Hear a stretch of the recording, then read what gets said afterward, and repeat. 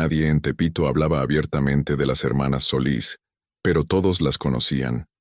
En aquel verano sofocante de 1994, cuando el peso se devaluaba y las noticias hablaban del asesinato de Colosio, la gente del barrio tenía preocupaciones más inmediatas que los rumores sobre dos viejas que vivían en una vecindad destartalada de la calle Tenochtitlán. Sin embargo, había algo en la forma en que los niños dejaban de jugar cuando pasaban frente a esa puerta verde descascarada, algo en el silencio súbito que se instalaba en las conversaciones de las señoras del mercado cuando alguien mencionaba ese nombre. María Elena Vargas llevaba 3 semanas sin dormir bien. Desde su ventana del segundo piso, podía ver la entrada de la vecindad donde vivían las hermanas, y cada noche, alrededor de las 3 de la madrugada, escuchaba los gritos. No eran gritos de adultos peleando o de borrachos en la calle, eran gritos de niños, agudos, desesperados, que se cortaban abruptamente como si alguien tapara bocas con violencia. Al principio pensó que eran pesadillas propias, producto del calor insoportable que convertía su cuarto en un horno. Pero cuando su esposo Ramón también los mencionó, cuando la señora Lupita de la tienda de la esquina confesó entre lágrimas que ella también los oía, María Elena supo que algo estaba terriblemente mal. Antes de continuar con esta historia que helará tu sangre, suscríbete al canal y déjanos en los comentarios desde qué parte del mundo nos estás viendo. Esto nos ayuda a seguir trayéndote los casos más perturbadores y reales. Y ahora sí, prepárate porque lo que estás por escuchar cambió para siempre la vida de todos los que vivimos en ese barrio. La historia de las hermanas Solís comenzó mucho antes de aquel verano maldito. Refugio y Dolores habían llegado a Tepito en 1972, cuando el barrio aún conservaba cierta inocencia, a pesar de su fama. Nadie sabía de dónde venían exactamente, aunque algunos decían que de un pueblo de Hidalgo, otros que de Michoacán. Eran mujeres jóvenes entonces, de unos 30 años, calladas y reservadas. Refugio era la mayor, de complexión robusta, con ojos pequeños y penetrantes que rara vez parpadeaban. Dolores era más delgada, nerviosa, con un tic en el ojo izquierdo que se acentuaba cuando alguien le hablaba directamente. Durante años fueron inquilinas modelo. Pagaban su renta puntualmente al casero, don Eusebio Flores, un hombre de 60 años que manejaba 3 vecindades en la zona. Nunca causaban problemas, nunca hacían fiestas, nunca se quejaban. Trabajaban limpiando casas en las colonias Roma y Condesa, salían temprano y regresaban al anochecer, siempre juntas, siempre en silencio. Los vecinos las saludaban por cortesía, y ellas respondían con monosílabos, desviando la mirada. Todo cambió en 1985, después del terremoto. Tepito resistió mejor que otras colonias, pero la vecindad donde vivían las hermanas sufrió daños estructurales. Durante las labores de rescate y limpieza, varios vecinos tuvieron que entrar a diferentes departamentos. Cuando las autoridades quisieron revisar el cuarto de las hermanas Solís, ellas se opusieron con una violencia inesperada. Refugio bloqueó la puerta con su cuerpo, gritando que no había daños, que todo estaba bien. Dolores se arrodilló en el patio llorando, suplicando que las dejaran en paz. Ante la emergencia de otros edificios colapsados, nadie insistió demasiado.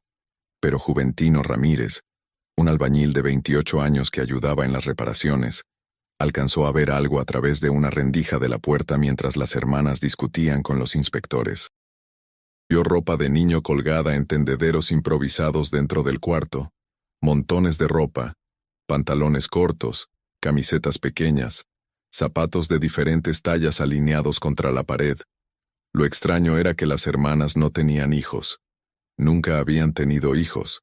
Juventino mencionó lo que vio a su esposa, quien se lo contó a su comadre, quien se lo dijo a la señora de la tortillería, y así el rumor comenzó a circular como un veneno lento. En los años siguientes, las hermanas se volvieron aún más herméticas. Ya no salían a trabajar. Algunas vecinas dijeron haberlas visto recibiendo dinero de un hombre que llegaba en un suru verde los primeros viernes de cada mes. El hombre, de unos 50 años, vestía bien, pero tenía algo turbio en la mirada. Llegaba, entraba rápidamente al cuarto de las hermanas. Salía 15 minutos después y se marchaba. Nadie se atrevió a preguntar. Los primeros reportes de niños desaparecidos en la zona comenzaron en 1989. Fueron casos aislados al principio. Kevin Sánchez, de 8 años, desapareció un martes después de la escuela. Sus padres presentaron denuncia, pero la policía de Tepito en aquellos años estaba más interesada en el narcomenudeo que en buscar niños. Se fue con el papá, decían los agentes sin investigar, asumiendo problemas familiares. Luego desapareció Andrea Molina, de 7 años, mientras jugaba en el patio de su vecindad. Después Jorge Luis Telles, de 9 años. Para 1992, habían desaparecido 6 niños del barrio en un radio de 10 cuadras. Todos de familias humildes, todos sin cobertura mediática, todos convertidos en estadísticas frías en reportes policiales que nadie leía. María Elena recordaba cada uno de esos casos porque era maestra en la primaria Benito Juárez de la colonia Morelos, y 3 de esos niños habían sido sus alumnos. Recordaba a Kevin, un niño inquieto pero cariñoso que dibujaba robots en sus cuadernos. Recordaba a Andrea, tímida y aplicada, siempre con sus trenzas perfectamente peinadas. Recordaba a Jorge Luis, el payaso del salón que hacía reír a todos con sus imitaciones. Y recordaba la impotencia de no poder hacer nada, de ver a las familias desmoronarse, de presenciar cómo la esperanza se convertía en resignación amarga. Pero fue en junio de 1994 cuando las cosas alcanzaron un punto de quiebre. Cristian Velázquez, de 11 años, hijo de don Roberto que tenía un taller mecánico en la esquina, desapareció un sábado por la tarde. A diferencia de los otros casos, Cristian desapareció literalmente a plena luz del día, en una calle concurrida, frente a testigos. Varias personas lo vieron caminar por la banqueta de Tenochtitlán, cargando una bolsa de pan dulce que acababa de comprar en la panadería La Esperanza. Llevaba puesta su camiseta verde de la selección mexicana, la del Mundial de Estados Unidos que estaba por empezar. Doña Chela, que vendía tamales en un carrito cerca de la esquina, lo vio pasar y le gritó: «Échale ganas al Tri, mijo». Cristian sonrió y levantó el pulgar. Eso fue a las 5:15 de la tarde. A las 5:20, don Roberto salió de su taller a buscarlo porque tardaba demasiado. La bolsa de pan dulce estaba tirada en la banquera, a 3 metros de la puerta verde de la vecindad de las hermanas Solís. El pan estaba desparramado en el suelo, pisoteado, pero de Cristian ni rastro. Don Roberto era un hombre fuerte, de manos callosas y espalda ancha de tanto cargar motores, pero esa tarde se derrumbó. Gritó el nombre de su hijo durante horas, golpeó puertas, sacudió a transeúntes preguntando si lo habían visto. Nadie sabía nada, o nadie quería hablar. En Tepito, la gente había aprendido hacía tiempo que meterse en asuntos ajenos podía ser peligroso, que hacer preguntas podía traer consecuencias, que la mejor manera de sobrevivir era mantener la vista en el suelo y la boca cerrada. Ramón, el esposo de María Elena, intentó calmar a don Roberto. Se conocían desde niños, habían crecido juntos en esas calles, habían jugado fútbol en el mismo llano que ahora era un estacionamiento. «Vamos a encontrarlo», le prometió Ramón, aunque su voz carecía de convicción. «Vamos a ir a todas las delegaciones, a hacer un escándalo si es necesario. La mayoría aparecen en 2 o 3 días. Seguro el chamaco se asustó por algo y se escondió».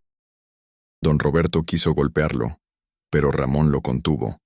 No servía de nada enemistarse con las únicas personas que supuestamente podían ayudar, aunque fuera evidente que no tenían ninguna intención de hacerlo. Regresaron a Tepito pasada la medianoche. Las calles estaban más tranquilas, aunque nunca completamente silenciosas. Siempre había música saliendo de alguna ventana, siempre voces de gente platicando en las esquinas, siempre el sonido distante de las combis y microbuses en las avenidas principales. Don Roberto no quiso ir a su casa. «No puedo verla a los ojos. dijo refiriéndose a su esposa, Norma. No puedo decirle que no sé dónde está nuestro hijo. Ramón fumaba cigarros Raleigh sin filtro, uno tras otro, sin hablar.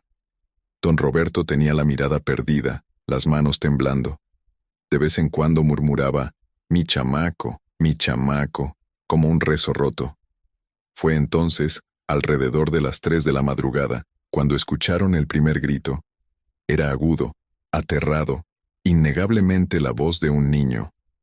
Venía de la vecindad con la puerta verde, la vecindad de las hermanas Solís.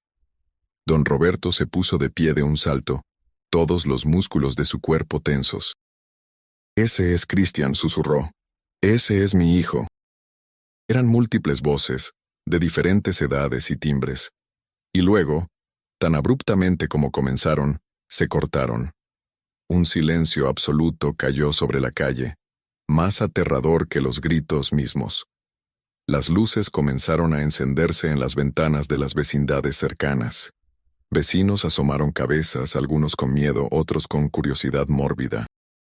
María Elena salió corriendo de su departamento en pijama, descalza, y encontró a Ramón tratando de calmar a don Roberto, quien ahora sollozaba con la espalda contra la puerta verde, repitiendo, está ahí adentro, mi hijo está ahí. Todos hemos oído los gritos. Todos sabemos que algo muy malo pasa ahí dentro. Otros vecinos comenzaron a acercarse, algunos con herramientas, otros simplemente para ver qué sucedería. Don Roberto tomó la palanca y la insertó en el marco de la puerta, haciendo palanca con toda su fuerza. La madera crujió pero resistió. Se le unieron 2 hombres más, y entre los 3 lograron hacer ceder la cerradura con un chasquido metálico seco. La puerta se abrió hacia adentro revelando oscuridad total. El olor que salió de ahí fue lo primero que golpeó a todos. Una mezcla de humedad, orines, algo dulzón y podrido, que hizo que varios retrocedieran cubriéndose la nariz. Don Roberto entró sin dudarlo, buscando a tientas un interruptor. Ramón entró detrás de él con un encendedor, que proyectaba sombras danzantes en las paredes desconchadas. El cuarto era más grande de lo que parecía desde afuera. Había una sala pequeña al frente, con un sillón viejo y una mesa llena de veladoras apagadas. En las paredes, decenas de fotografías de niños pegadas sin orden aparente. Eran recortes de periódicos, fotos escolares, imágenes borrosas tomadas en la calle. María Elena se acercó y sintió que las rodillas se le aflojaban. Reconoció a Kevin, a Andrea, a Jorge Luis. Reconoció a todos los niños desaparecidos del barrio en los últimos 5 años, y en el centro, más grande que las demás, una foto de Cristian con su camiseta verde del Tri. ¿Qué carajo es esto?, susurró Ramón. Una cortina de tela raída separaba la sala del resto del cuarto. Don Roberto la apartó bruscamente, y lo que vieron detrás hizo que varios vecinos gritaran. Había colchones tirados en el suelo, sucios y manchados. Cadenas oxidadas colgaban de argollas empotradas en las paredes. Ropa de niño estaba esparcida por todos lados. Zapatos desparejos, camisetas rasgadas, pantalones con las rodillas rotas. En una esquina, un montón de juguetes rotos, carritos sin ruedas, muñecas sin cabeza, pelotas desinfladas. Pero no había nadie, ni las hermanas Solís ni ningún niño.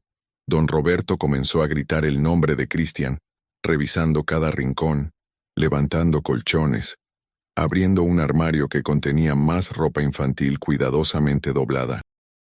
«¡Tienen que estar aquí! ¡Los oímos! ¡Todos los oímos!». María Elena notó algo en la pared del fondo, marcas de rasguños a diferentes alturas, como si manos pequeñas hubieran intentado aferrarse a algo, y palabras escritas con lo que parecía sangre seca. Ayuda, mamá, duele, no quiero.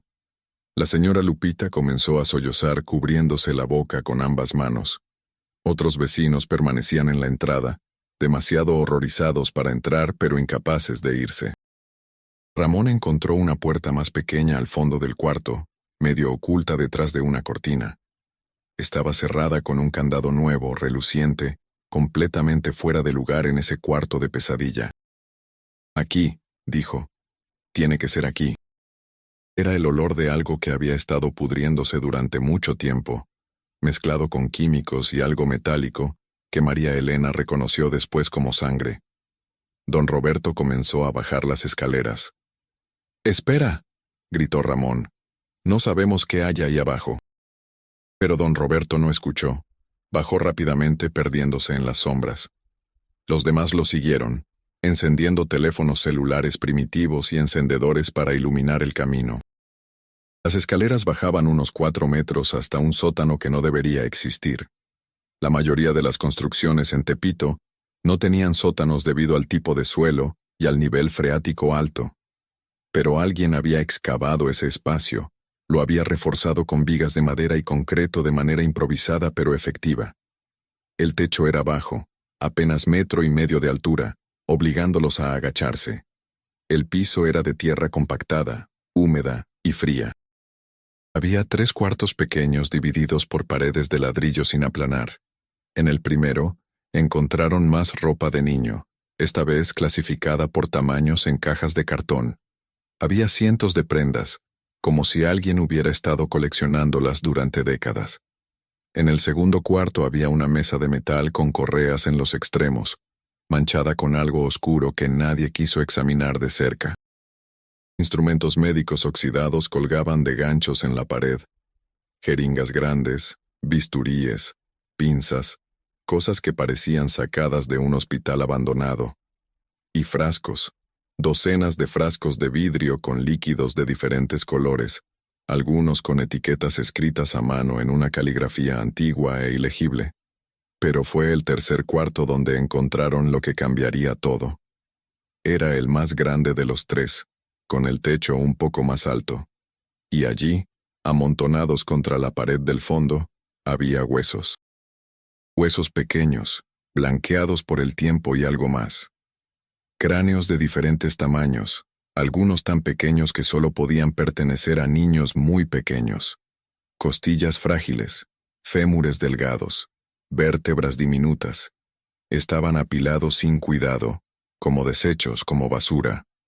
Y sobre ellos, como una ofrenda macabra, había juguetes nuevos, carritos en sus empaques originales, muñecas sin abrir, pelotas brillantes. Don Roberto cayó de rodillas, un aullido animal escapando de su garganta. No eran los huesos de Cristian, no podían serlo. Cristian había desaparecido hacía menos de 12 horas, pero eran los huesos de alguien, de muchos alguienes. De todos los niños que habían desaparecido, quizás no solo en los últimos años, sino en décadas. María Elena sintió que el cuarto giraba a su alrededor. Se apoyó en la pared y su mano tocó algo húmedo. Al retirarla, vio que estaba manchada de rojo. Las paredes estaban cubiertas de manchas oscuras, patrones que sugerían salpicaduras violentas. Ramón tomó a María Elena del brazo. «Tenemos que salir de aquí, ya, y llamar a la policía, a quien sea, pero tenemos que salir ya». Pero don Roberto no se movía. Seguía de rodillas frente a los huesos, llorando con una intensidad que partía el alma. La señora Lupita bajó y lo abrazó, pequeña como era, envolviendo a ese hombre destrozado con sus brazos. «Cristian todavía puede estar vivo», le dijo con voz firme. «Si están frescos esos gritos que oímos, significa que hay niños vivos. Significa que tu hijo está vivo». Los agentes entraron con una actitud de rutina aburrida, que cambió drásticamente cuando vieron el interior del cuarto. Uno de ellos, joven, de no más de 25 años, salió corriendo a vomitar en la calle. El otro, más veterano, con bigote poblado y panza cervecera, miró a los vecinos reunidos y preguntó: «¿Quién vive aquí?». El policía habló por radio, pidiendo refuerzos, pidiendo a un superior, usando códigos que María Elena no entendía pero cuyo tono urgente era inconfundible. En menos de media hora, la calle estaba llena de patrullas, ambulancias, incluso una camioneta de la Procuraduría. Los vecinos fueron empujados hacia atrás, establecieron un perímetro con cinta amarilla que decía «No cruzar». Llegaron más autoridades, un comandante con cara de pocos amigos, agentes de la judicial con chalecos antibalas, un hombre de traje que se identificó como agente del Ministerio Público. Entraron al cuarto, bajaron al sótano, y cuando subieron sus caras estaban pálidas. El comandante dio órdenes rápidas. Quiero que rastreen a esas viejas, todas las estaciones de autobuses, el aeropuerto, que nadie entre ni salga de la ciudad sin mostrar identificación, y consíganos fotos de ellas, ya. El comandante no tenía respuesta para eso, o no quería darla. María Elena se preguntó si quizás había otra salida, otro sótano más profundo, algún túnel. Tepito era famoso por sus túneles, excavaciones ilegales que conectaban vecindades y servían para mover mercancía del contrabando. ¿Sería posible que las hermanas hubieran escapado por uno de esos túneles llevándose a los niños? Mientras las autoridades trabajaban, los vecinos comenzaron a hablar entre ellos, compartiendo sospechas y observaciones que habían guardado durante años. La señora Cande, que vivía en la vecindad de al lado, contó que a veces veía a las hermanas salir en la madrugada con maletas grandes, pesadas, que apenas podían cargar entre las dos. Las metían en taxis que llegaban sin que nadie los llamara, como si tuvieran un arreglo previo. Don Jacinto, el del puesto de periódicos, mencionó que un día vio a Refugio comprando varios paquetes de pañales y leche en polvo en el Aurrerá de Reforma. Cuando le preguntó si tenía nietos, ella lo miró con esos ojos pequeños y fríos, y simplemente se dio la vuelta sin responder. Y estaba el testimonio de Juventino, el albañil que había visto la ropa de niño después del terremoto de 1985. Yo les dije, repetía una y otra vez con los ojos rojos. Yo les dije que algo raro pasaba con esas viejas, pero nadie me hizo caso, y ahora miren. Su esposa lo abrazaba, llorando también, porque ahora se preguntaban cuántos niños podrían haberse salvado si alguien hubiera investigado entonces, 9 años atrás. Cuando amaneció, la noticia ya se había extendido por todo Tepito y colonias vecinas. Llegaron periodistas de varios medios, cámaras de televisión, reporteros con grabadoras. La calle Tenochtitlán se convirtió en un circo mediático. Los vecinos daban entrevistas contradictorias, algunos exagerando lo que sabían, otros mintiendo por completo para salir en la tele. María Elena rechazó hablar con los reporteros. Le parecía obsceno convertir esa tragedia en espectáculo. Pero otros no tenían esos escrúpulos. Don Memo, el borracho del barrio que apenas conocía a las hermanas, inventó historias elaboradas sobre rituales satánicos que supuestamente había presenciado. Doña Chuy, que vendía esquites en la esquina, juró haberlas visto bebiendo sangre de animales a la luz de la luna. Para el mediodía, cuando el sol golpeaba despiadado las calles sin árboles de Tepito, las autoridades habían acordonado no solo la vecindad de las hermanas, sino toda la cuadra. Trajeron perros entrenados para detectar restos humanos, y los animales enloquecieron dentro del sótano, ladrando y gimiendo, negándose a bajar más allá de las escaleras.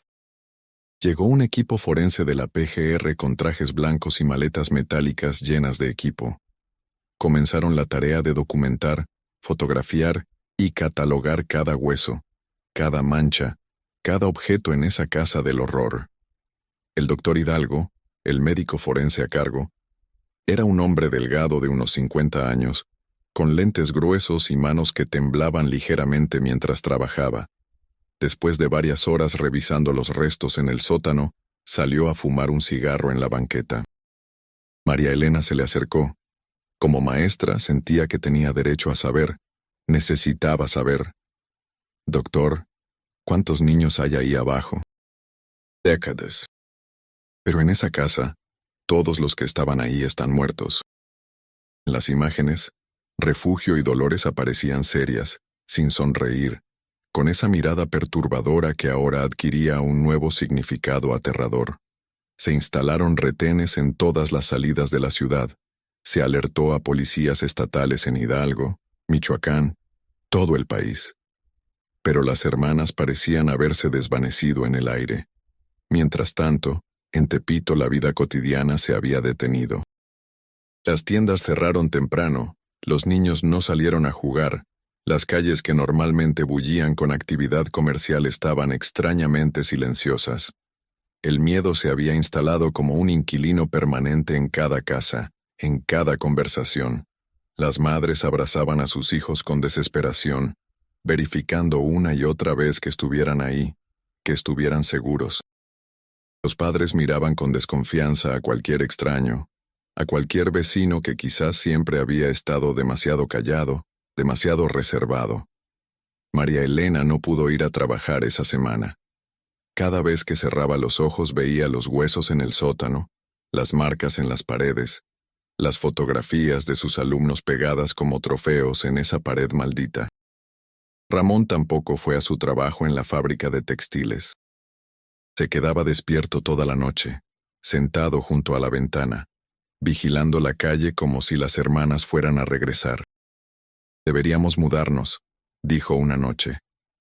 «Vender este departamento, irnos a otro barrio, empezar de nuevo». Pero María Elena sabía que no era tan simple.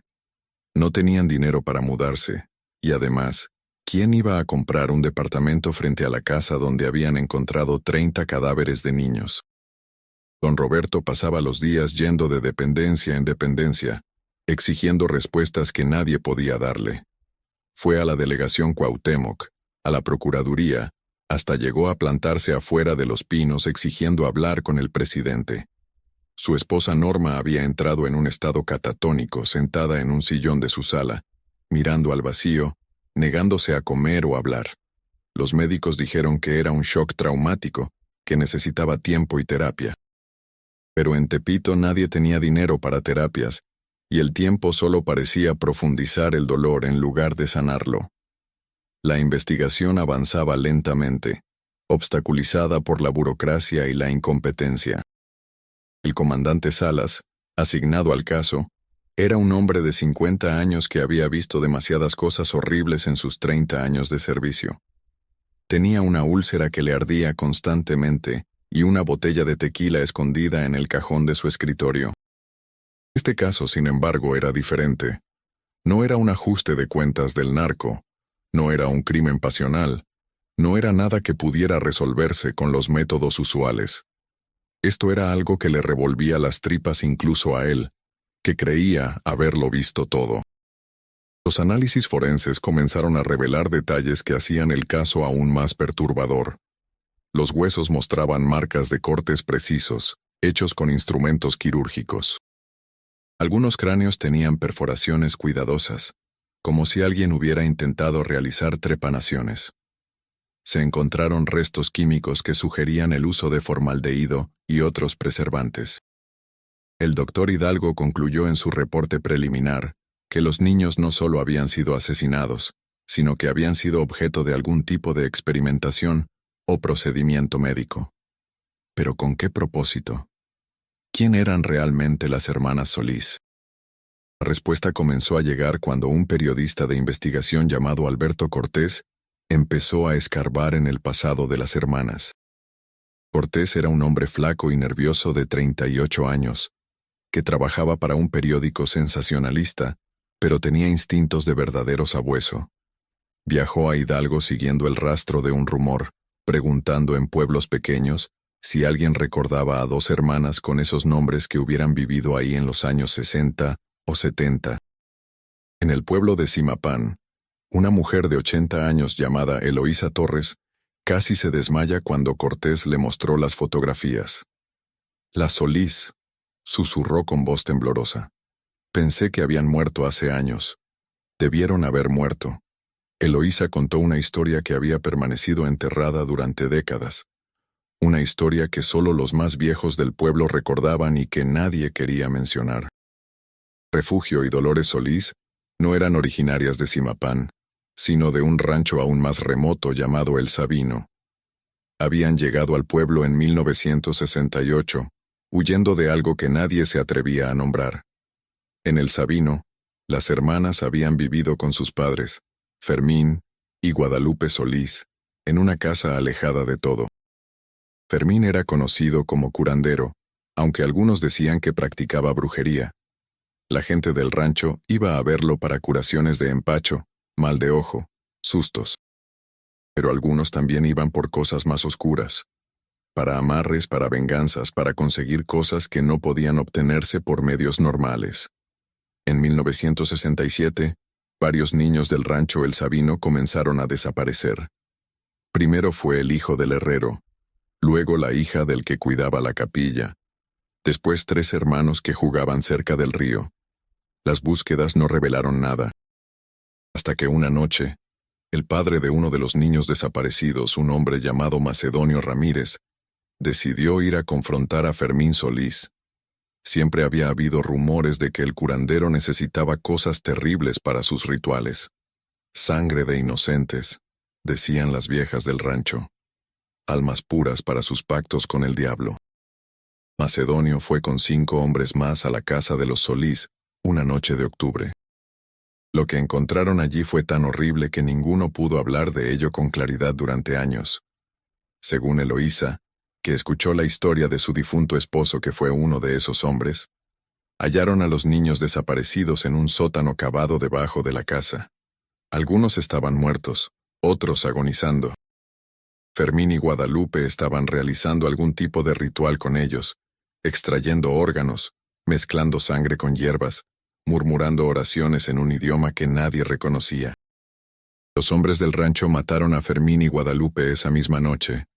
No hubo juicio, no hubo autoridades involucradas. La justicia fue rápida y brutal. Los quemaron vivos dentro de su casa junto con todos sus instrumentos y libros de brujería. Las llamas se vieron desde el pueblo, ardiendo toda la noche como una pira funeraria. Pero Refugio y Dolores, que entonces tenían 20 y 18 años, lograron escapar. Nadie las persiguió con mucho empeño, porque en el fondo, la gente tenía miedo. Miedo de que llevaran la misma maldad que sus padres, miedo de que pudieran hacer daño incluso desde lejos. Pensamos que se perderían en el mundo y sería el fin de todo, dijo Eloísa, las lágrimas rodando por sus mejillas arrugadas. Nunca imaginamos que seguirían haciendo lo que hacían sus padres. Nunca imaginamos que serían peores. Ya no era solo un caso de asesinatos en serie en Tepito. Era una saga generacional de horror que abarcaba décadas y múltiples estados. Los noticieros no hablaban de otra cosa. Se convirtió en el caso del momento, desplazando incluso las noticias sobre la crisis económica y los problemas políticos.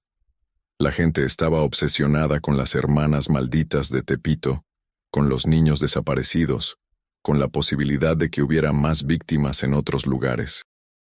Pero mientras los medios convertían la tragedia en un circo, la búsqueda de las hermanas no avanzaba. Habían desaparecido completamente. Las autoridades revisaron los registros migratorios y no encontraron que hubieran salido del país. No tenían cuentas bancarias, no tenían tarjetas de crédito, no existían en ningún sistema oficial más allá de credenciales de elector viejas que probablemente eran falsas. Era como si fueran fantasmas, entidades que habían existido al margen de la sociedad durante toda su vida. En Tepito, mientras tanto, comenzaron a surgir nuevas historias. Vecinos que antes no habían dicho nada, empezaron a recordar detalles extraños. La señora Beatriz, que vendía aguas frescas en un puesto cerca de la vecindad, recordó que una vez vio a Refugio salir cargando algo envuelto en una sábana manchada de rojo. Pensó que era un perro muerto o algún animal, pero ahora la imagen la atormentaba. Habría sido un niño. Podría haberlo impedido si hubiera dicho algo. Don Toño, que tenía una tlapalería, recordó que las hermanas compraban cantidades inusuales de cal y ácido muriático. Él asumió que era para limpiar o alguna reparación en su cuarto. Ahora entendía que probablemente lo usaban para disolver restos. La culpa comenzó a carcomerse por dentro, tanto que desarrolló un problema de bebida que terminaría costándole su negocio y su familia. Los niños que habían crecido en el barrio en las últimas décadas comenzaron a recordar sus propios encuentros perturbadores. Lucía, ahora una mujer de 30 años que trabajaba en una fábrica de ropa, recordó que cuando tenía 8 años, Dolores la había detenido en la calle. Le ofreció un dulce y le preguntó si quería ver unos gatitos en su casa. Lucía estaba a punto de aceptar cuando su madre apareció y la jaló violentamente, alejándola de Dolores mientras le gritaba que nunca, nunca volviera a hablar con esas mujeres. En ese momento Lucía pensó que su madre era exagerada. Ahora entendía que le había salvado la vida. David, un chavo de 23 años que trabajaba como mecánico, recordó algo aún más perturbador. Cuando tenía 11 años, en 1989, jugaba en la calle con sus amigos cuando vio a Refugio parada en la puerta de su vecindad. Lo estaba mirando fijamente con esos ojos pequeños y oscuros. Él le sostuvo la mirada por un momento, y algo en esa mirada lo hizo sentir frío hasta los huesos. Refugio le hizo una seña con la mano, invitándolo a acercarse. David comenzó a caminar hacia ella como hipnotizado, incapaz de controlar sus propias piernas. Pero su perro Canelo, un callejero que lo había adoptado, se interpuso ladrando furiosamente. El perro no dejó que David avanzara, lo empujaba con el hocico, ladraba y gruñía mirando a Refugio. Ella finalmente se dio la vuelta y entró a su vecindad, cerrando la puerta. Al día siguiente, Canelo apareció muerto en un lote baldío, envenenado. David nunca había conectado los dos eventos hasta ahora. Estas historias se multiplicaban, cada una añadiendo otra capa de horror a lo que ya era insoportable. María Elena escuchaba estos testimonios con el corazón encogido, pensando en todos los niños que sí habían entrado a esa casa, que no habían tenido un perro que los protegiera, o una madre que los jalara a tiempo. Pensaba en Kevin dibujando robots en su cuaderno, en Andrea con sus trenzas perfectas, en Jorge Luis haciendo reír a todos. Pensaba en las últimas horas de esos niños, en el miedo que debieron sentir, en los gritos que nadie escuchó o que todos ignoraron. Una noche, 2 semanas después del descubrimiento, María Elena despertó a las 3 de la madrugada, no por un ruido sino por el silencio. Un silencio tan absoluto que parecía presionar contra sus tímpanos. Se levantó y fue a la ventana. La calle estaba vacía, iluminada apenas por un poste de luz parpadeante.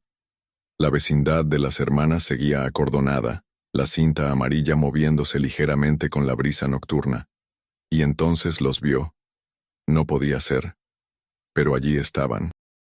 Refugio y Dolores, paradas frente a la puerta verde de su vecindad, mirando hacia arriba, hacia la ventana de María Elena. La luz del poste las iluminaba de forma extraña, proyectando sombras alargadas que parecían moverse independientemente de sus cuerpos.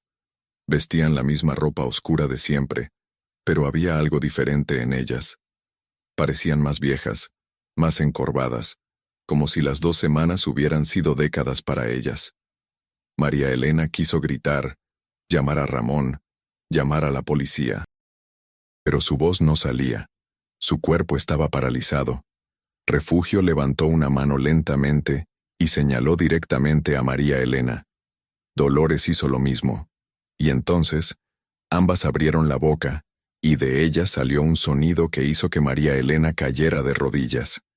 Era el sonido de todos los niños gritando al mismo tiempo, docenas de voces superpuestas en una sinfonía de agonía. El sonido atravesó el vidrio de la ventana, atravesó las paredes, atravesó su cráneo. Cuando Ramón finalmente logró despertarla, María Elena estaba en el suelo junto a la ventana, temblando violentamente. «Están aquí», repetía. «Regresaron. Las vi. Están aquí». Ramón miró por la ventana, pero la calle estaba vacía.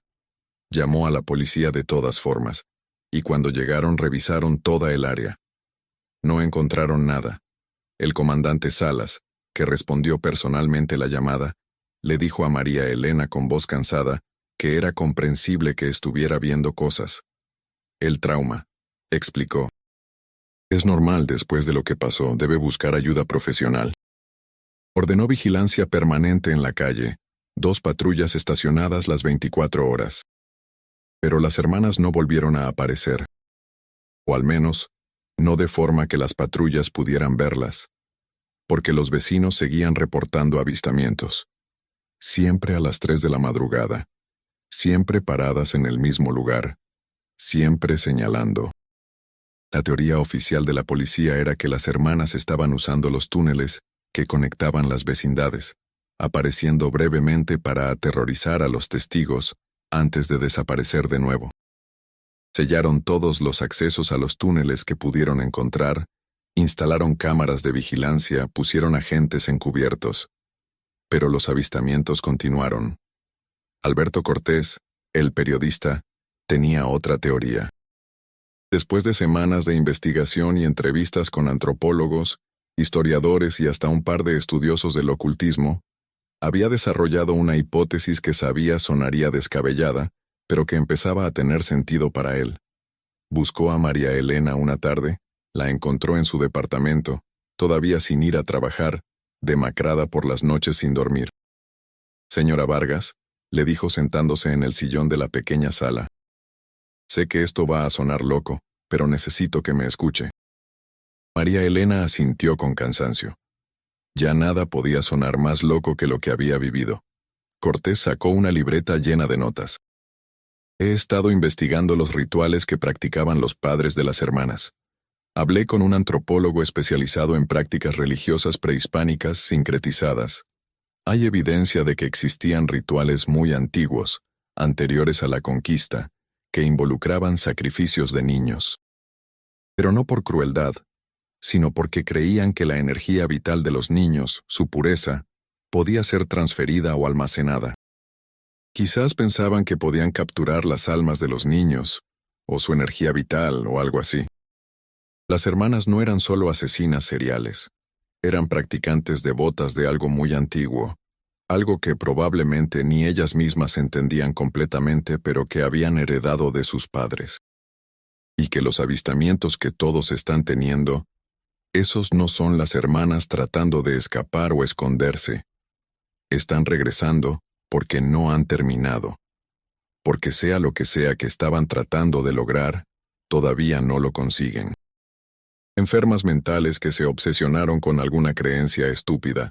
No hay nada místico aquí, solo maldad humana simple y llana. Pero incluso mientras lo decía, su voz carecía de convicción. Él también había visto cosas que no podía explicar. Él también escuchaba los gritos todas las noches. Don Roberto, mientras tanto, se había convertido en una sombra de lo que fue. Pasaba días enteros en la calle frente a la vecindad, sentado en la banqueta, esperando. «Van a regresar por él», le decía a quien quisiera escuchar. «Mi Cristian está vivo en algún lado, y ellas van a regresar por él, y cuando lo hagan, voy a estar aquí». Su esposa Norma había sido internada en un hospital psiquiátrico. Los médicos dijeron que había tenido un brote psicótico, que no reconocía a nadie, que pasaba horas gritando el nombre de su hijo hasta quedarse sin voz. La presión mediática eventualmente obligó a las autoridades federales a involucrarse. Llegó un equipo especial de la PGR, agentes entrenados en perfilación criminal, psicólogos forenses, expertos en desapariciones. Establecieron una oficina temporal en la delegación Cuauhtémoc y comenzaron a reentrevistar a todos los testigos, a revisar cada centímetro de evidencia.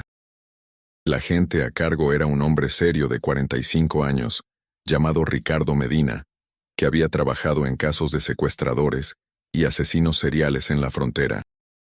Medina trajo orden y método a una investigación que había sido caótica. Creó líneas de tiempo, mapas con las ubicaciones de los niños desaparecidos, perfiles psicológicos de las hermanas. Pero incluso él, con toda su experiencia y entrenamiento, se encontró perplejo ante algunos aspectos del caso.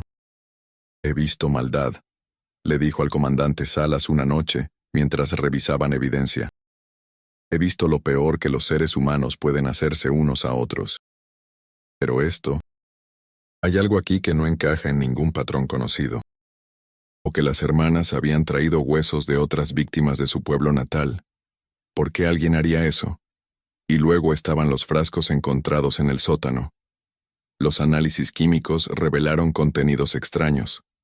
Mezclas de sangre humana preservada con hierbas, que los botánicos identificaron como plantas medicinales prehispánicas, algunas de ellas ya extintas o extremadamente raras.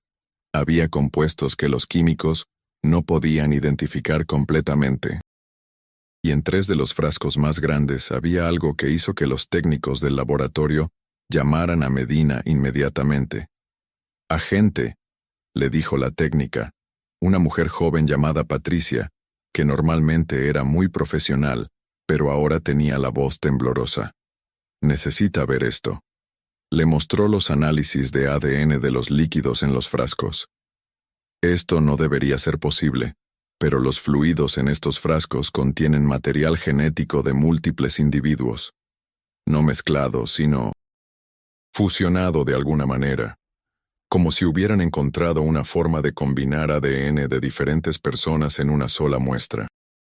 Esto requiere conocimientos de genética que están décadas adelantados para 2 mujeres sin educación formal. Pero también sé lo que tenemos frente a nosotros. Y necesito explicaciones, aunque esas explicaciones desafíen lo que creemos posible. Otros al mediodía, paradas en esquinas, mirando fijamente a los niños que pasaban camino a la escuela. Las patrullas respondían a cada reporte, pero cuando llegaban no había nadie. Y entonces comenzaron las desapariciones de nuevo. El 15 de julio, un mes después del descubrimiento de la Casa del Horror, desapareció otro niño. Se llamaba Óscar Mendoza, tenía 9 años, y era sobrino de la señora Lupita. Salió a comprar tortillas a las 6 de la tarde y nunca regresó. La bolsa de tortillas fue encontrada en la misma calle, a pocos metros de donde se había encontrado el pan dulce de Cristian. El barrio entró en pánico total. Los padres ya no dejaban salir a sus hijos ni a la tienda de la esquina. Las escuelas reportaron ausencias masivas porque las familias tenían demasiado miedo de dejar a sus niños fuera de su vista. Los negocios comenzaron a cerrar temprano. Las calles que alguna vez fueron el corazón pulsante del comercio informal de la ciudad se convirtieron en pasillos fantasmales. Tepito, el barrio que se enorgullecía de no temerle a nada ni a nadie, estaba paralizado por el terror. Don Roberto se desmoronó completamente cuando se enteró de la desaparición de Óscar. Significaba que las hermanas seguían activas, que estaban llevándose más niños, que quizás su Cristian ya llevaba un mes en manos de esas mujeres sufriendo, Dios sabe qué. Una noche, después de beber media botella de tequila barato, entró al túnel sellado del sótano de la vecindad. Los policías que vigilaban el lugar lo encontraron horas después, perdido en la oscuridad, llorando, llamando el nombre de su hijo. Lo sacaron y lo llevaron al hospital. Los doctores diagnosticaron un colapso nervioso severo, lo sedaron y lo mantuvieron internado. María Elena tomó una decisión entonces. No podía seguir así, esperando, teniendo miedo, viendo cómo su barrio se desmoronaba. Buscó al agente Medina y le dijo: «Quiero ayudar, soy maestra, conozco a estas familias, conozco el barrio, tiene que haber algo que yo pueda hacer». Medina la miró con una mezcla de admiración y preocupación. «Señora Vargas, esto es peligroso. Estas mujeres ya han demostrado que no tienen límites. No puedo quedarme sentada viendo cómo esto continúa. Si hay algo, cualquier cosa que pueda hacer, estoy dispuesta. Normalmente no pondría atención a estas cosas, pero estamos sin pistas y necesitamos entender qué motiva a estas mujeres. ¿Vendría con nosotros? Como maestra, como alguien que representa a las víctimas, creo que su presencia podría hacer que hable más abiertamente». El anciano se llamaba Martín Cuautle, tenía 92 años, y vivía en una casa de adobe rodeada de milpas y nopales. Sus ojos eran sorprendentemente claros para su edad, y cuando María Elena entró a su humilde sala, sintió que esos ojos la veían de una manera que iba más allá de lo físico. Cortés explicó el caso, mostrando fotografías de los objetos encontrados en el sótano. El anciano examinó cada imagen cuidadosamente, sus manos temblorosas sosteniendo las fotos cerca de su rostro. Después de un largo silencio, habló en una mezcla de español y náhuatl que Cortés traducía cuando era necesario. «Esto que me muestran es muy antiguo», dijo Martín. «Viene de antes de que llegaran los españoles, antes incluso de los mexicas. Son prácticas de los tiempos oscuros, cuando se creía que la sangre de los inocentes era la única ofrenda suficiente para mantener el equilibrio del mundo. Pero esto, señaló una foto de los frascos, esto es diferente. Esto no es para mantener el equilibrio, esto es para romperlo. Pero había quienes torcían estas creencias, que buscaban usar esa energía no para mantener el orden, sino para obtener poder personal. Esos eran considerados nahuales oscuros, hechiceros corruptos que habían vendido su humanidad por poderes prohibidos. De no envejecer o envejecer muy lentamente, de controlar a otros a través del miedo, y si lograban reunir suficiente energía vital de suficientes inocentes, dicen las leyendas más oscuras que podían lograr la transformación final, convertirse en algo que ya no era humano pero tampoco completamente espiritual. Algo atrapado entre mundos, alimentándose de ambos. Necesitamos algo concreto, algo que nos ayude a encontrar a estas mujeres y detenerlas. Esa noche, María Elena soñó con los niños. Todos ellos, Kevin y Andrea y Jorge Luis y Cristian y Oscar y tantos otros cuyos nombres no conocía, estaban en un lugar oscuro, húmedo, que olía a tierra y a algo más.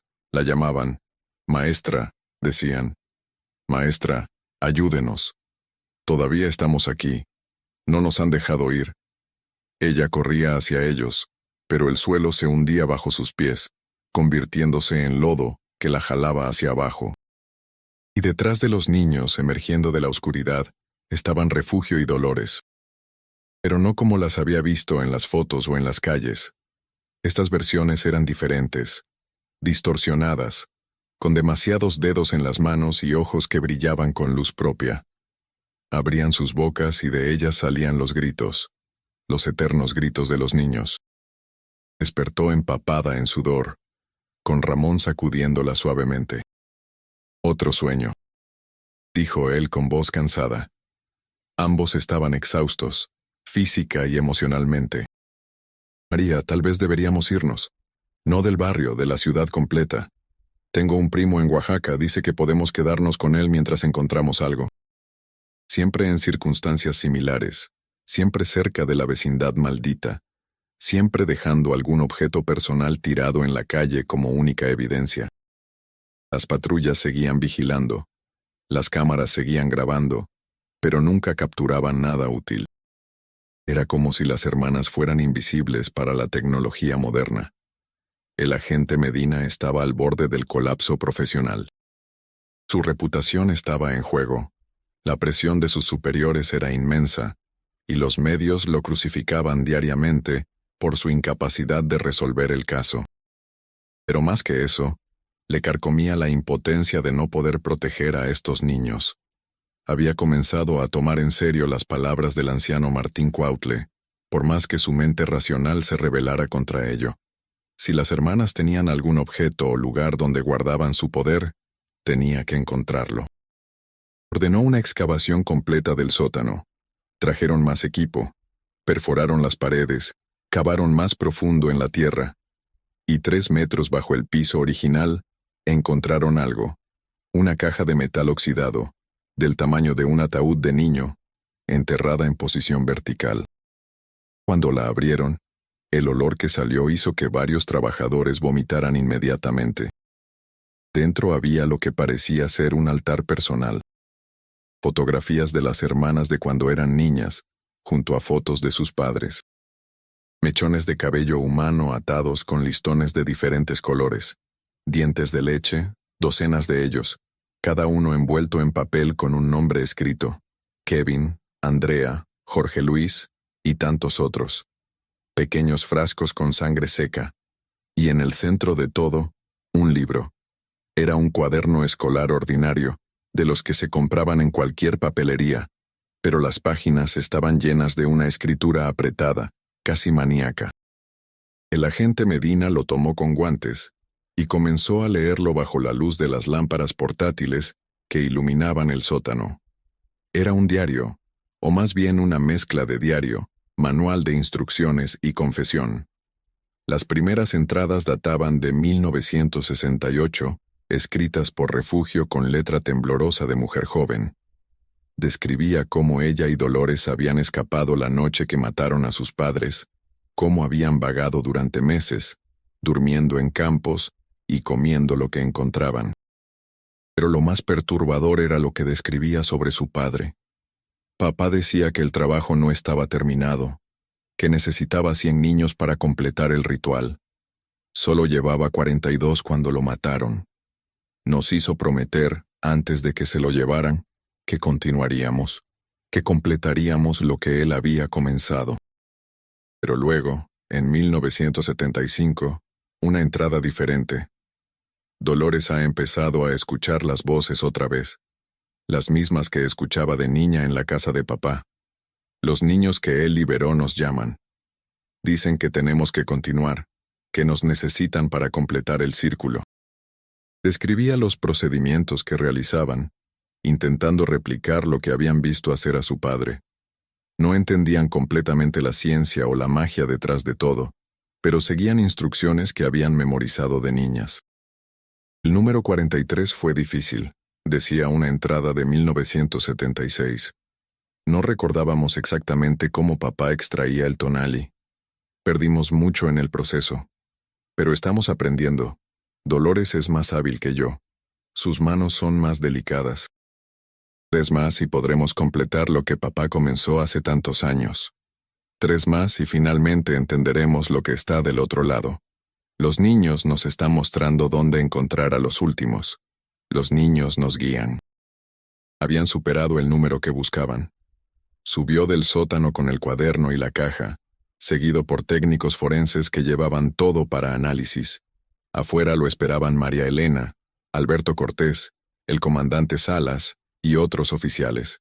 Cuando vieron su cara, supieron que había encontrado algo terrible. Medina les mostró el cuaderno, leyó algunas entradas en voz alta. El silencio que siguió fue absoluto. Finalmente María Elena habló. Dijeron que necesitaban 100, y ya tienen más de 100. ¿Eso significa que van a parar? ¿O que lo que sea que estaban planeando ya está en marcha? Y si las hermanas han estado siguiendo algún tipo de calendario ritual, es probable que planeen completar lo que sea que están haciendo esa noche. Y vamos a encontrar a esas mujeres y a los niños que tienen antes de que puedan hacer lo que sea que planean hacer. Pepito parecía zona de guerra. María Elena insistió en quedarse. Ramón trató de convencerla de irse a un lugar seguro, pero ella fue firme. Esos niños eran mis alumnos. Sus padres son mi gente.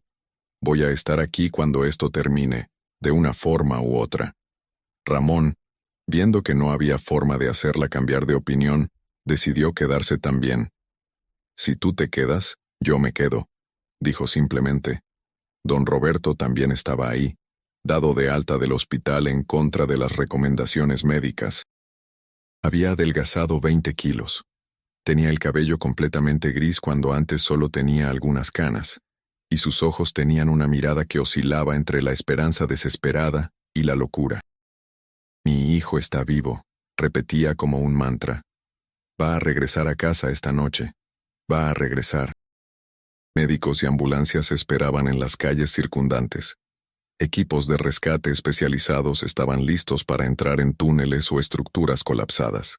Todo estaba preparado para cualquier eventualidad. Las 11 de la noche pasaron sin incidentes. Medianoche llegó con el mismo silencio tenso. A la 1 de la madrugada, algunos agentes comenzaban a preguntarse si toda la teoría del ritual era solo superstición sin fundamento. Pero entonces, a las 3 de la madrugada, siempre las 3 de la madrugada, comenzó. Los gritos.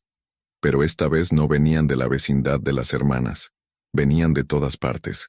Del cielo, del suelo, de las paredes mismas. Gritos de docenas de niños, superpuestos en una cacofonía imposible de soportar. Los agentes se cubrían los oídos. Algunos caían de rodillas. Los equipos de comunicación emitían estática mezclada con voces infantiles. Y entonces la vieron. No solo las hermanas, sino algo más grande.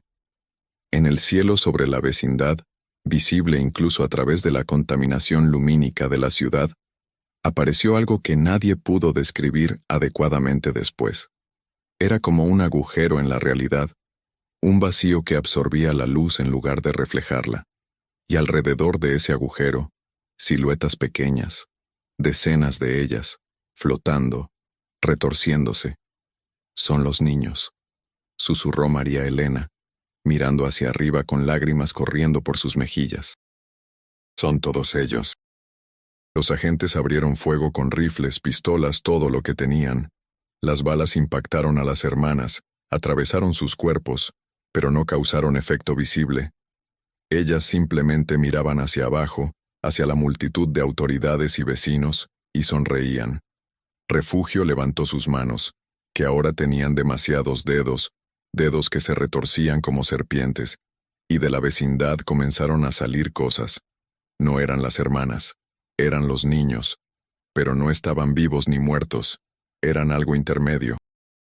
Caminaban con movimientos espasmódicos, sus ojos vacíos, sus bocas abiertas en gritos silenciosos. Kevin, Andrea, Jorge Luis, todos los niños desaparecidos en los últimos años, saliendo en una procesión macabra. Y entre ellos, María Elena vio a Cristian. El hijo de don Roberto caminaba como los demás, vestido aún con su camiseta verde del Tri, pero había algo terrible en sus ojos. Don Roberto corrió hacia él, rompiendo el perímetro, gritando su nombre. Los agentes trataron de detenerlo, pero era demasiado rápido, impulsado por meses de desesperación. «Cristian, hijo, soy yo, tu papá». Don Roberto alcanzó al niño, lo abrazó. Cristian se detuvo, volteó a ver a su padre. Por un momento, algo de humanidad pareció regresar a sus ojos. «¿Papá?», susurró con voz que sonaba como si viniera de muy lejos. «Papá, duele, todo duele. No me dejan ir. Te prometo que te voy a sacar». Pero entonces Cristian comenzó a convulsionar. Su cuerpo se retorció de formas imposibles, y de su boca salió un grito que no era humano. Don Roberto lo soltó, retrocediendo horrorizado mientras su hijo levitaba frente a él, flotando hacia el agujero en el cielo. Todos los niños comenzaron a flotar entonces, elevándose hacia ese vacío imposible. Las hermanas también, sus formas distorsionadas expandiéndose, haciéndose menos sólidas, más parecidas a humo que a carne. Refugio habló, y su voz resonó en la cabeza de todos los presentes, no a través de los oídos, sino directamente en sus mentes. Los niños son la puerta. Los niños son el camino, y ahora todos podemos cruzar. María Elena no entendía completamente lo que el anciano Cuautle había dicho sobre destruir el Tonali de las hermanas, pero sabía que tenía que haber algo allí, algo físico que las conectara a este mundo. En el sótano, en el agujero donde había estado la caja, vio algo que no había estado ahí antes. Una raíz grotesca, palpitante, que parecía hecha de carne, tanto como de planta, que se hundía más profundo en la tierra. Sin pensar, María Elena sacó el encendedor que Ramón siempre llevaba, tomó un trapo que estaba tirado en el suelo, uno de los trapos manchados con químicos que las hermanas habían usado, y lo encendió. Lo arrojó al agujero, sobre la raíz. El fuego se extendió inmediatamente, alimentado por los químicos impregnados en la tierra. Arriba, en la calle, todos vieron el efecto. Las hermanas aullaron, un sonido que hizo estallar las ventanas de las casas cercanas. Sus formas comenzaron a contraerse, a solidificarse de nuevo. Los niños que flotaban hacia el agujero en el cielo comenzaron a caer, pero lentamente, como hojas. El agente Medina entendió lo que María Elena había empezado. «Necesitamos más fuego. Hay que quemar todo este lugar». Otros agentes bajaron con latas de gasolina que tenían los vehículos. Las vaciaron en el sótano, en las paredes, en los cuartos donde habían encontrado los huesos. Prendieron más fuegos. El sótano se convirtió en un infierno. Las hermanas estaban cayendo ahora, del techo hacia el suelo, pero no caían como cuerpos sólidos, sino como algo que se desintegraba en el aire. Refugio trató de hablar de nuevo, pero su voz se cortaba, distorsionada. No, no pueden. El trabajo. 100 años. Estaban tirados en el pavimento, inmóviles. Don Roberto corrió hacia Cristian, que yacía cerca de una patrulla. Lo tomó en sus brazos. El niño no respiraba. No, no, no, repetía don Roberto, comenzando con presiones de pecho, respiración de boca a boca, todo lo que sabía de primeros auxilios. Los paramédicos se unieron a él, trabajando en Cristian y en los otros niños. María Elena, Ramón, Medina y los demás salieron del sótano justo antes de que el techo comenzara a colapsar. El fuego se había extendido a toda la estructura. Los bomberos llegaron, pero Medina les ordenó que no lo apagaran. «Que arda», dijo, «que arda hasta los cimientos». Uno por uno, los niños que habían sido tomados en los últimos meses comenzaban a revivir. Pero no todos. Los que habían estado desaparecidos por años, los que habían sido parte de los rituales durante más tiempo, permanecían inmóviles. Kevin, Andrea, Jorge Luis y tantos otros. Cristian. Don Roberto seguía haciendo compresiones en el pecho de su hijo, negándose a parar incluso cuando los paramédicos le dijeron suavemente que no había nada que hacer.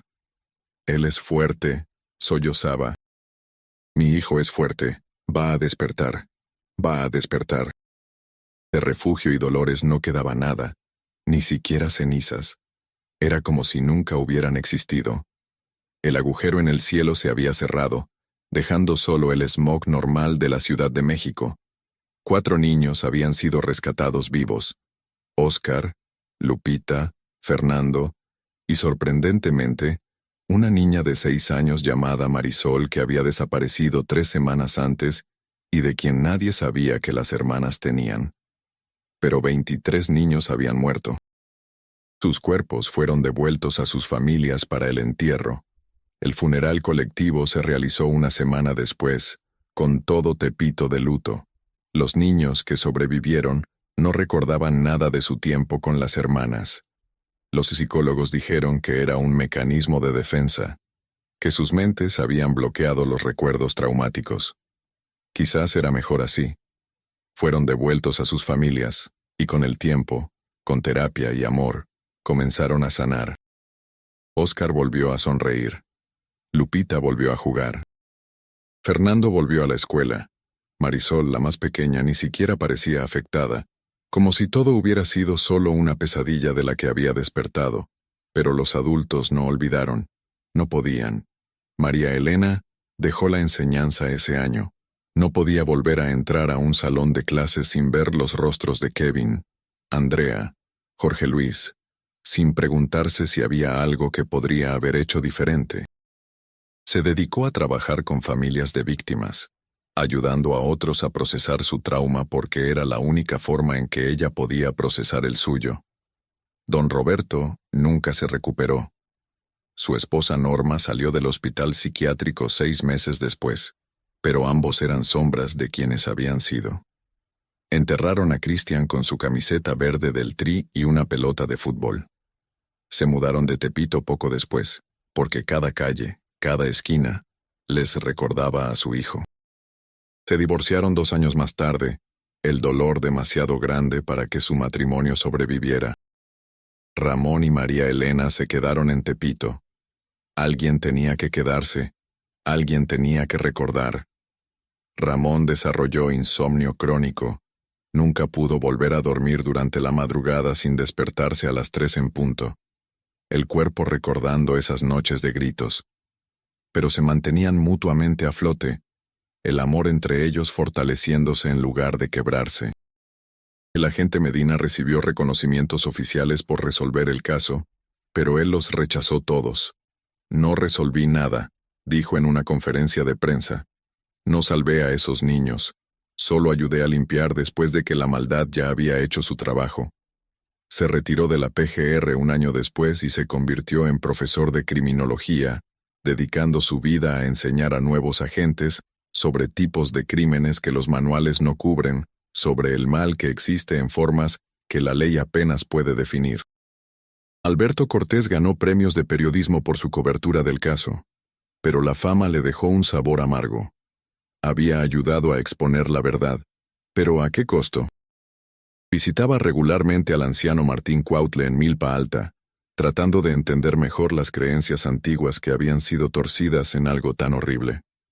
Martín le enseñó que no todos los rituales antiguos eran oscuros, que había sabiduría y belleza en las tradiciones prehispánicas cuando se practicaban correctamente. Cortés se convirtió en un defensor de preservar estas tradiciones culturales, mientras se aseguraba de que nadie las pervirtiera de nuevo. El comandante Salas, finalmente, logró entender que hay cosas en este mundo que no se pueden combatir solo con pistolas y esposas. Nunca habló públicamente sobre los aspectos más extraños de la noche del 13 de agosto, el agujero en el cielo, las formas imposibles de las hermanas, los niños flotando. El reporte oficial hablaba de un secuestro masivo, asesinatos en serie, la muerte de las perpetradoras en el incendio. Era la verdad, técnicamente. Solo omitía las partes que nadie creería de todas formas.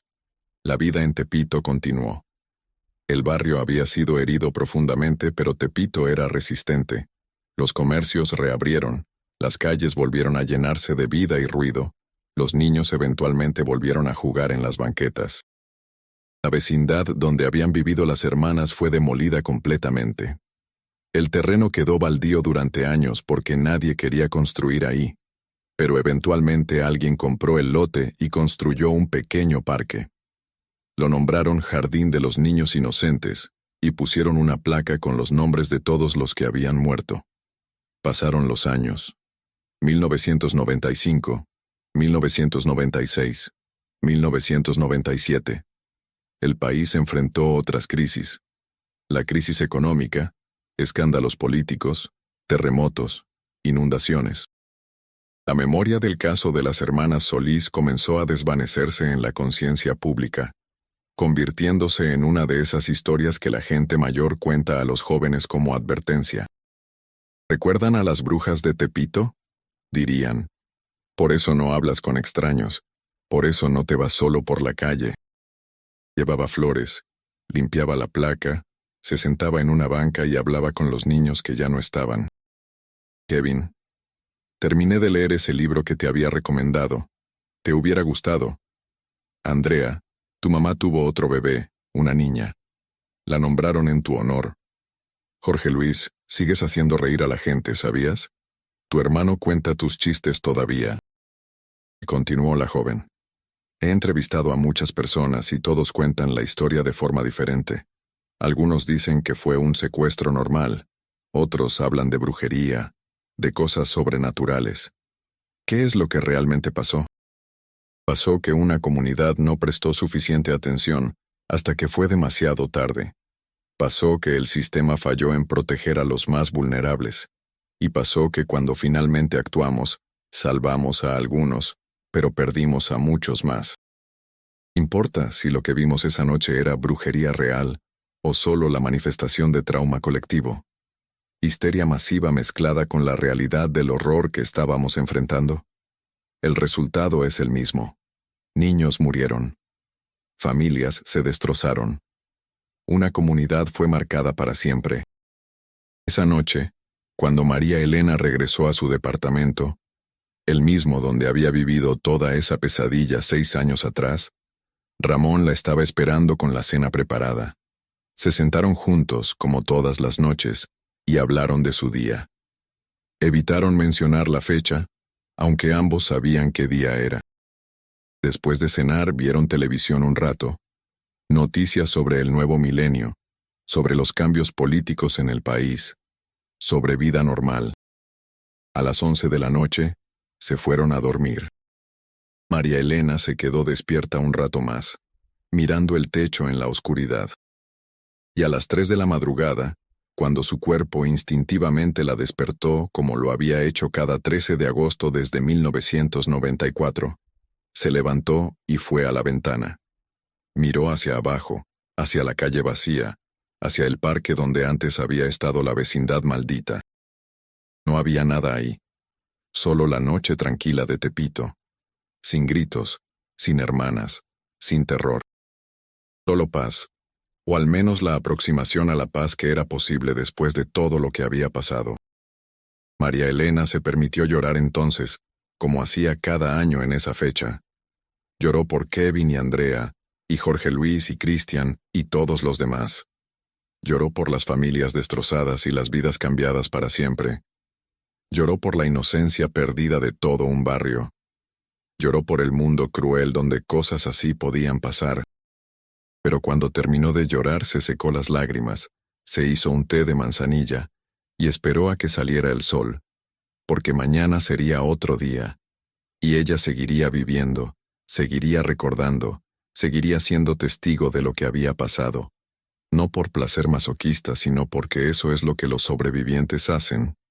Sobreviven, y se aseguran de que el mundo nunca olvide por qué es importante proteger a los inocentes. Mientras el primer rayo de sol entraba por su ventana, iluminando su pequeña cocina, María Elena susurró las palabras que susurraba cada mañana desde aquella noche terrible en 1994. Las hermanas malditas eran ahora solo recuerdos, advertencias, lecciones terribles sobre lo que sucede cuando el mal se permite florecer sin control. Pero también eran recordatorios de que cuando la gente común, maestras, mecánicos, policías, periodistas, vecinos, decide resistir, decide no rendirse, decide quedarse y luchar incluso cuando todo parece perdido, incluso el mal más profundo puede ser derrotado. El caso que aterrorizó a México, las dos hermanas malditas, los niños desaparecidos y los gritos que no paraban, todo había terminado, pero su recuerdo permanecería para siempre, grabado en la memoria colectiva de Tepito, advertencia y testimonio, horror y esperanza entrelazados en una historia que nunca sería olvidada.